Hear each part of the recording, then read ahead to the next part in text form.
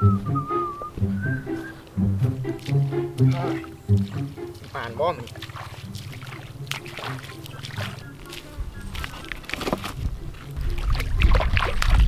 โอ้ยเสียดายดิ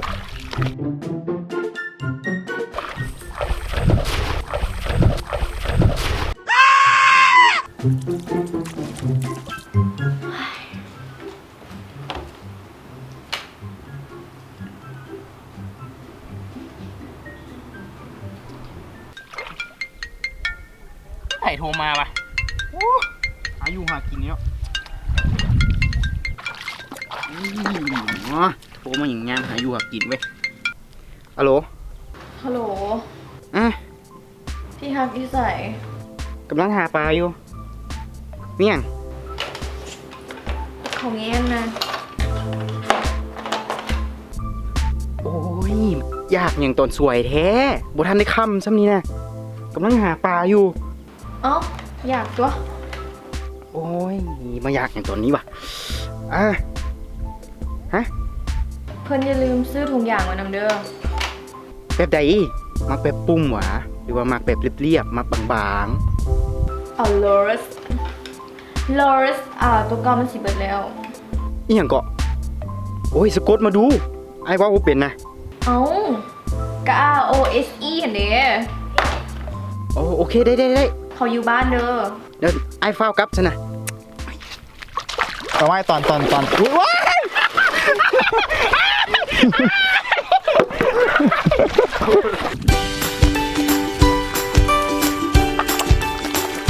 น้องมีถุงยางโรเซ่บ่ โอ้ทุงอย่างโรเซ่ แม่น ไม่นอย่างวะมีแต่ทุงอย่างโรสแล้ว โอ้บ่แม่นบ่เอาสิอ่ะมีถุงยางโรเซ่บ่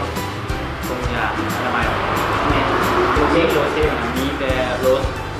โรส มันมีโรเซ่ บ่มีโรเซ่ ไปเบิ่งย้อนมัน โอ้ยชื่อห้านใดวะบัดนี้คุณอยู่ห้านบ่เป็นได้อย่างเนาะอันมีถุงยางโรเซ่บ่ โรเซ่ แม่น ไม่ยินเป็นโรเซ่ บ่มีโรเซ่ ตัวโรสจะทำอะไรมีตุ่มขัดหอม บ่อยากได้โรเซ่บ่มีว่ะ บ่ บ่มีได้หรอเอาอีกแล้ว เนี่ยคือว่ามีแต่โรสอย่างโรเซ่ โครงยางอหย่างก็โรสกอกโรเซ่เลาะมดบ้านกูมี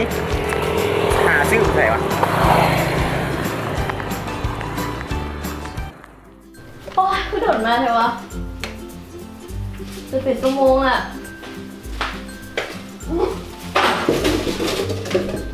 โอ้ยโครงยางอหย่างเจ้าก็โรสกอกโรเซ่อหย่างบอกซื้ออหย่างยากซาหาซื้อนี่บ่มีเว้ย อีหยังเกาะถุงยางอีหยังเกาะ โรเซ่ มันโมเมนโรเซ่มันโรส เอาอาอูอ่านว่าจังได๋ซะ โล S E เซ่ นี่ก็แม่นอะไรแม่นหยังซั่นน่ะ มันอ่านว่าโลส แม่นว่ะ เจ้าสิไปใส่กระเป๋าไป คนละเบิดอารมณ์ครับเขาเห็นอีกก็ได้ อ้าวโอ้บ้านแห่โตก็ได้ตัววู้เสียเวลาไปดิ